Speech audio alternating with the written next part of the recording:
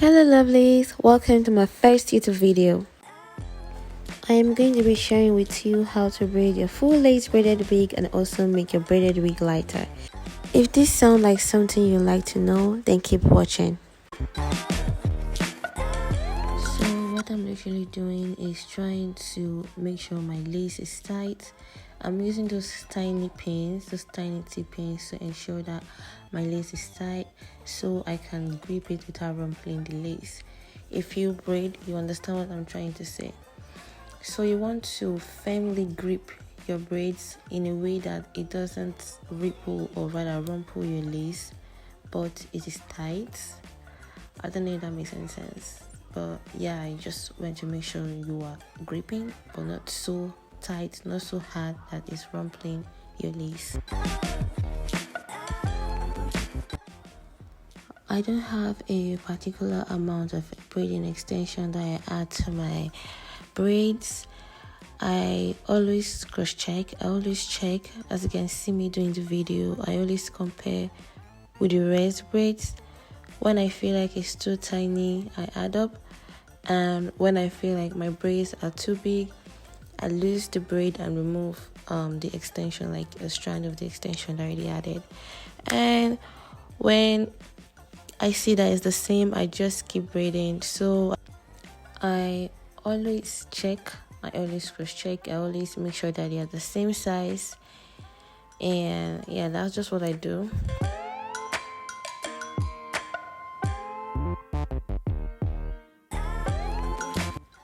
I usually braid about twice or thrice with the ventilated hair before adding extra hair extensions, and it solely depends on the thickness of the hair. Even on our normal head, our hairs, there are some parts that are like really thick and there are some parts that are really thin. So those determine how, or rather the amount of hairs we're going to add, or the number of times we're going to add on the hair. There are some part of our hair that are like longer than the rest part of our hair. So it's really hard to determine the number of times you are going to add to your braid, or the number of times you're going to weave with the normal ventilated hair before adding extensions. It all depends on the hair you are braiding.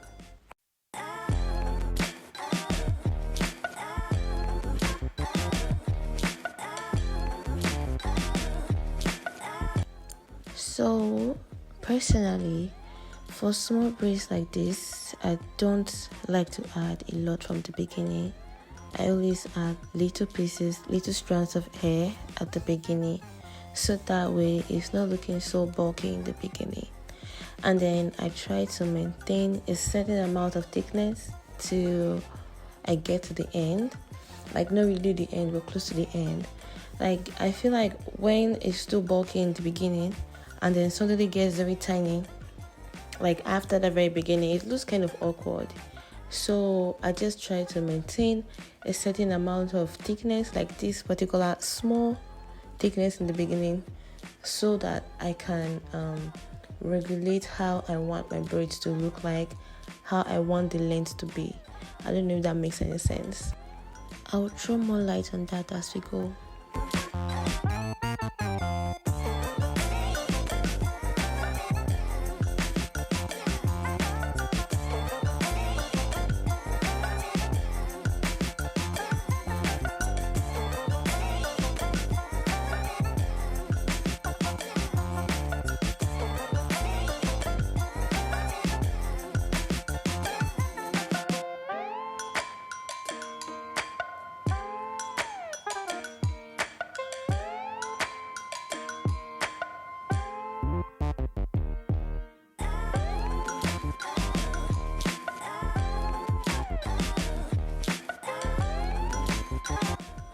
I don't know if some of you have seen all those braids where at the beginning it's like so bulky and then suddenly start getting really tiny.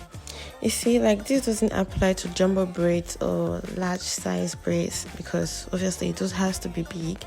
But for small or smodium, I don't know how to pronounce it. Is this smodium or bis medium? I don't know. Like you need to be able to regulate the amount of braiding hair that you're adding at the beginning.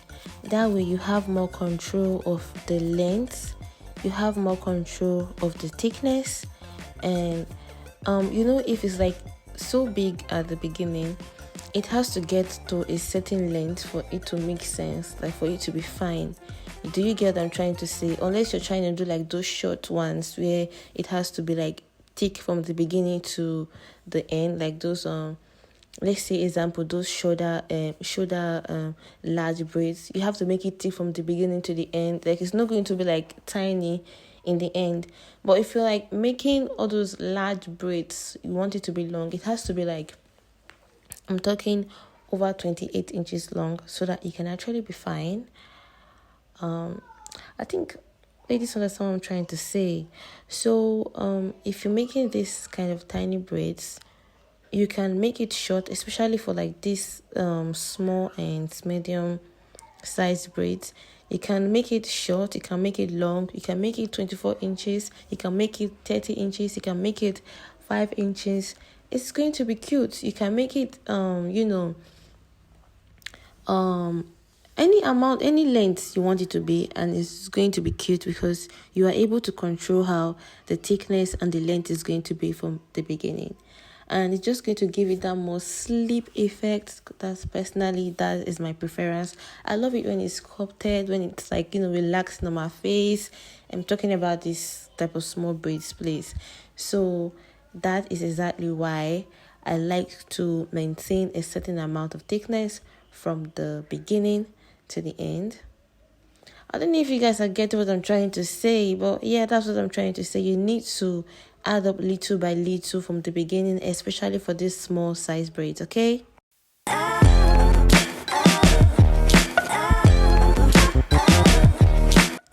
So I make use of Vaseline to smoothen it. And that's mainly because this is a small size braid, so it doesn't need edge control or anything. So I separate it in 3 braid, about 2 to 3, but depending on the thickness, I might braid an extra before adding hair extension. You can see how tiny I'm adding.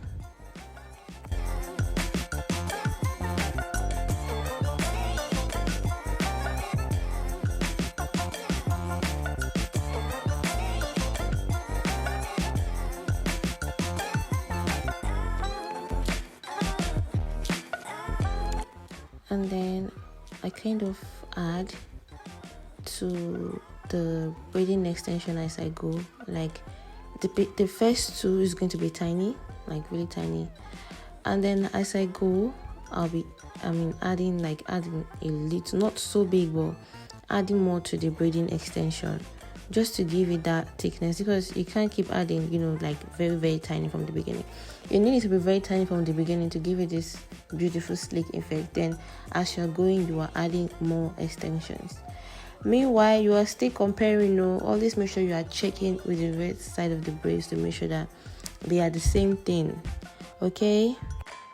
On a side note, it can never be the same. All braids can never be equally be the same, okay? So you just have to make the difference not really obvious. You just want to be discreet with it. So try to compare with the rest braids. Put it in mind, like, can never be the same, okay? But just don't make the difference obvious. Personally, I feel like if you're making a braided wig for yourself, you should envision what you want on your braided wig. Like, you should think about how you want your braided wig to be, and then braid it. Like, I personally, this was exactly how I thought I wanted it to be. I wanted it to be tiny, not so tiny, but I wanted it to be like, not big. I didn't want it to be large. So if this size is too small for you, you can think of the size you want it to be and try to make that particular size. If you also feel like this size is too big, you can think of how you want it to be and actually do it. So personally, just envision how you want it to be, or you can get an inspiration, an idea, like from Pinterest, Google, Instagram, and try to replicate what you saw.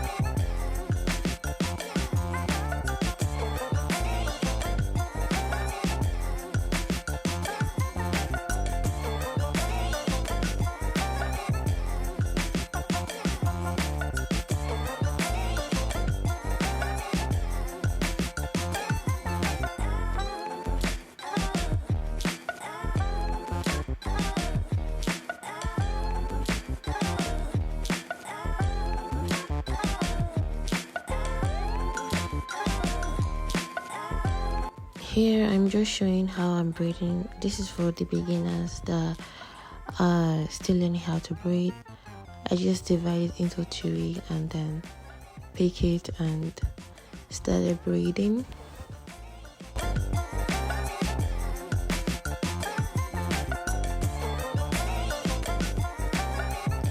And then added a little strand.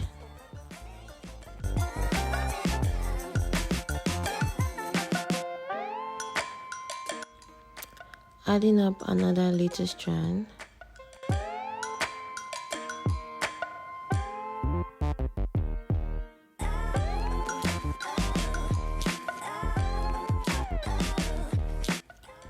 And then a slightly bigger one than the first one that I added. This is to build up the braid, making it a little bit thicker.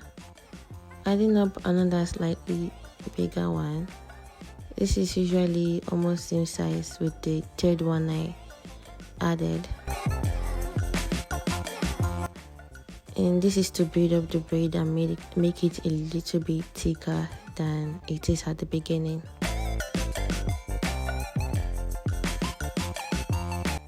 Okay, so there's a technique I would like to explain on a side note. This technique is to make you use lesser hair extension than you would, and I'm going to show you in the next clip. So this is what I was talking about. You want to make one side longer than the other side. So obviously when you make one side longer than the other side, you now have one side long and the other two parts shorter. So now when you are adding the second one, you want to make sure that you are adding a longer part to one of the places that is shorter. So now you are having two longer parts and one shorter part. And then when you are adding your third extension, you want to put the longer part in the last shorter part. Please, I hope you're following. If you don't understand, just let me know. So when you do that, you have three longer parts. So I usually do that for like the whole of the braid, the whole of the stick. I'm adding one side, I'm making one side longer than the other side, and this is going to help you use lesser braiding extension. And obviously as you are going, if you are adding, you can no longer make one side longer than one side as you are going, because you are not getting closer to the length of the hair. And do not forget that you have to make one side as long as the length, or at least close to the length of the hair. So now as you are going, you're already closer to the length of the hair. So the more you go, the more, instead of making one side longer than one side, it automatically becomes half itself, because the two halves are not touching the ends of the hair.